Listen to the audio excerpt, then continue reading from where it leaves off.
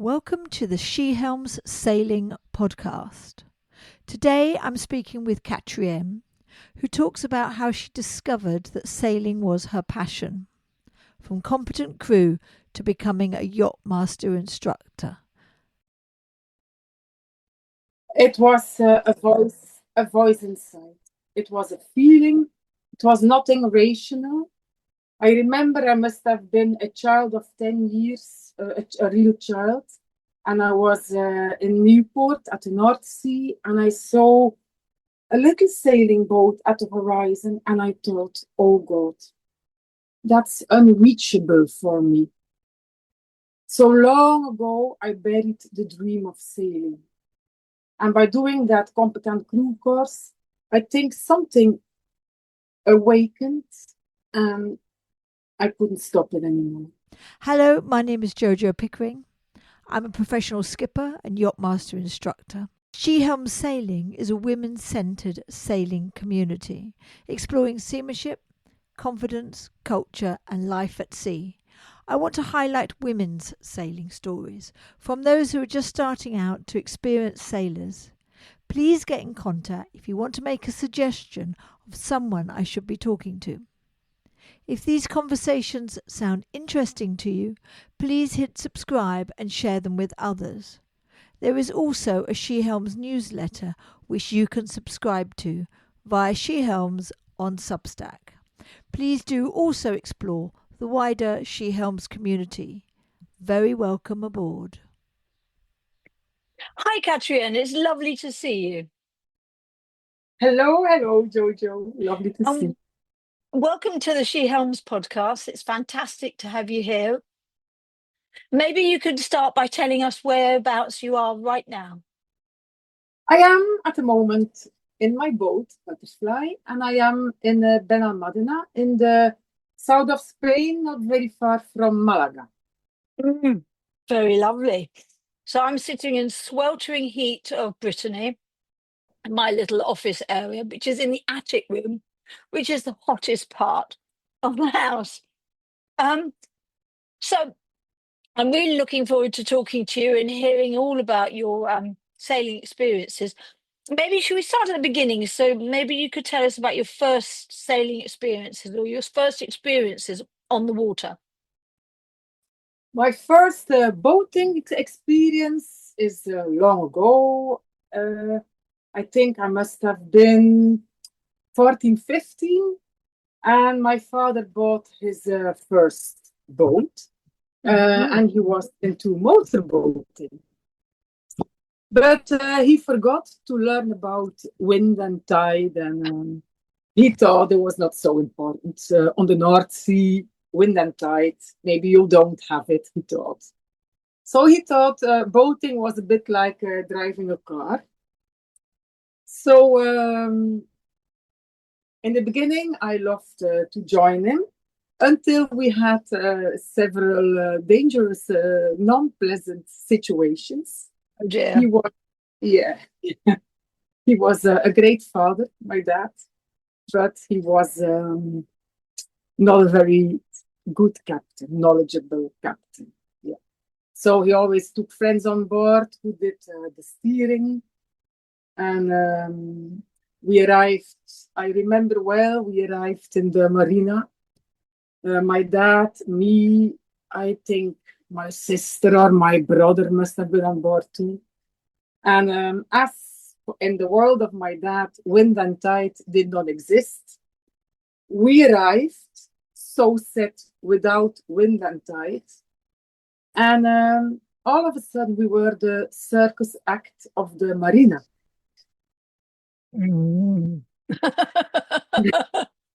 Which is not a very good memory. No. Okay. So given you had that not very good memory, when was the moment you started to feel that sailing was important for you? Because that was motorboating, but now you're a sailor.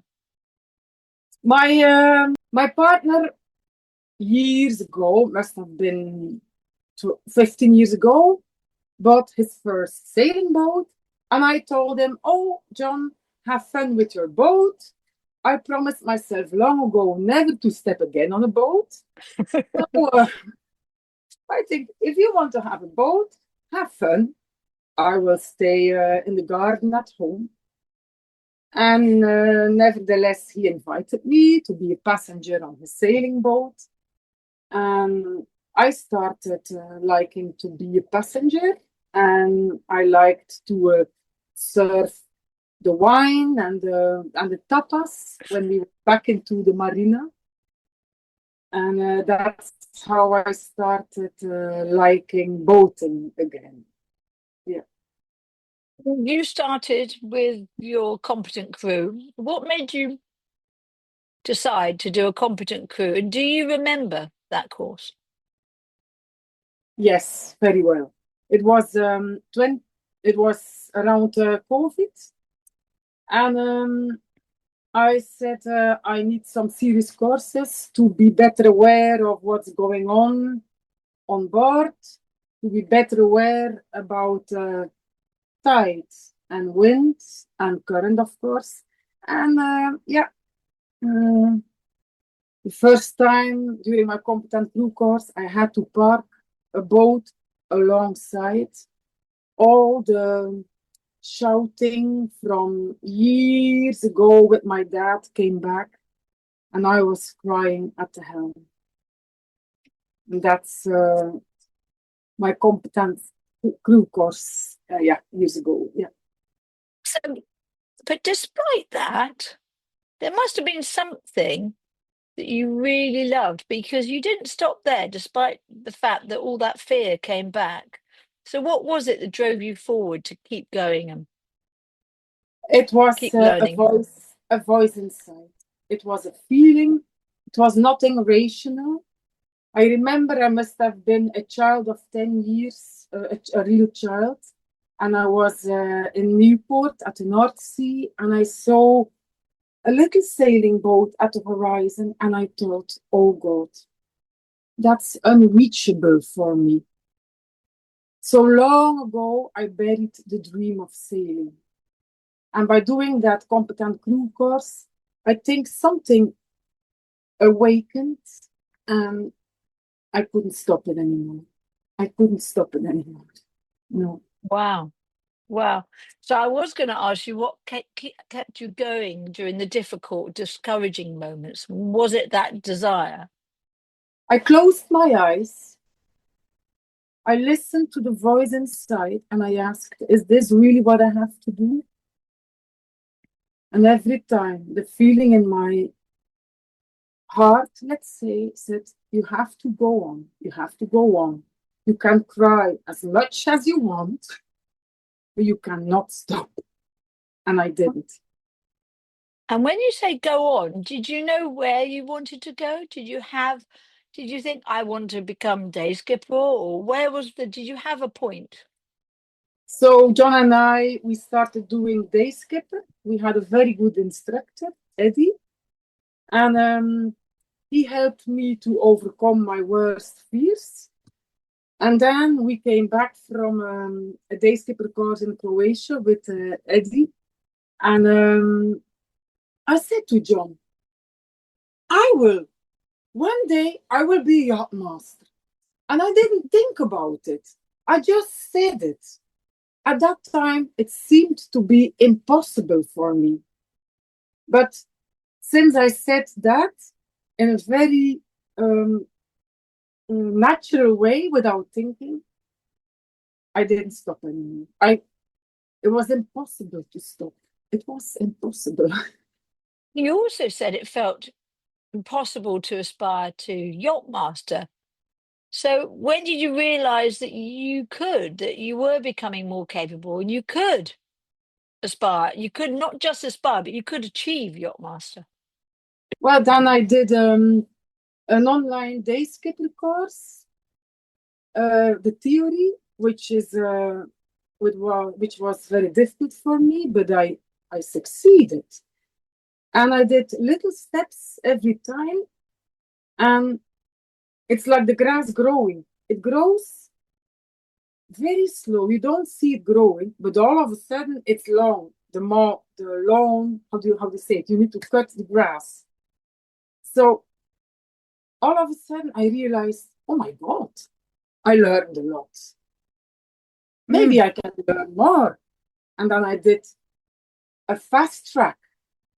And the first yacht master exam I failed, but that motivated me even more. And Very determined lady, Katrien. yeah, so I didn't stop. I don't know. It was a drive in me. I couldn't stop anymore. And I realized then, so I did my yacht master theory and I succeeded. So I think, must be possible to do more and more. So step by step, I became more confident on a boat, in the sailing, with the crew, also in the theory. And, So what helped you become more confident? Was there anything specifically you can think about? Was it doing the yacht master assessment?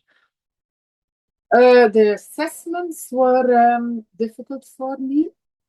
What helped me to be confident? In a magic way, the right people appeared on my path. And I think the only thing you need to become confident, it's not a thing, it's people who believe in you. That's So true. That makes a difference, doesn't it? yeah, I met people who believed in me, Mm. and I went training, and even when it was difficult, I was left alone. I could recover, and then I could come back in the cockpit, and we moved on, and I was never judged. That's fantastic. That really does help build how we feel about ourselves when we can see how other people Yeah. have trust in us and feel about how we can do things. And I know you're sitting on your beautiful boat, Butterfly. So maybe you can tell us about your boat and what part of boat ownership feels empowering or daunting. Because that's another whole learning ladder, isn't it? When I bought Butterfly, I didn't have a lot of experience, but in a magic way, I had met the right people who I could trust and who supported me. And I started doing little jobs together with these people on board. And we had now and then a technical problem on board. These technical problems learn me a lot.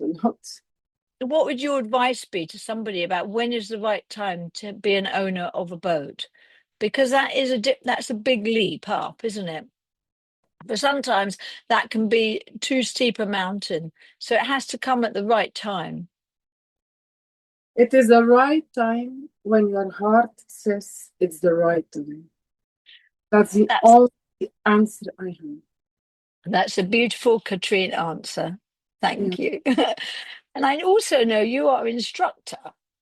Yes. So you not only got to yacht master, you're now a cruising instructor and an instructor for sorts of other things. So at what point did you decide, I now want to teach? Again, it was a drive from inside. It was a drive from inside. So all this, I didn't decide with my rational brain. It was my heart. And voila. I met my coach Diego also in a magic way. And we went sailing during 3 years, 2 weeks a month. And then he was doing his yacht master before me, and I did my yacht master, so I followed in his footsteps. And we sort of grew together, he in his way and me in my way. And it all it was unfolding. It was never a conscious decision. It was, it was my heart. I understand that. So if you could say, looking back, if you could say something to your younger self, to the person who was just starting out, what would you say, Katrien? Believe in yourself. You can do it. And that's so important for us all to learn to believe in ourselves. I know lots of people who struggle with that, and I have at different times. So I think that's a beautiful answer. So now I'm going to ask you something a bit more sort of about the culture of sailing. So what changes do you think you'd like to see in the sailing culture? I only can speak as a woman from my point of view. But what was very empowering to me is when I dared to team up with other women. You cannot do it alone. And you did the CPD with a group of other women instructors this year, didn't you? I did. And I arrived there. I was a starting instructor, and they were all very experienced. And I felt very insecure. I felt very unconfident. And I met a group of ladies. We were, I think, 18 in total. Yes, 2 boats.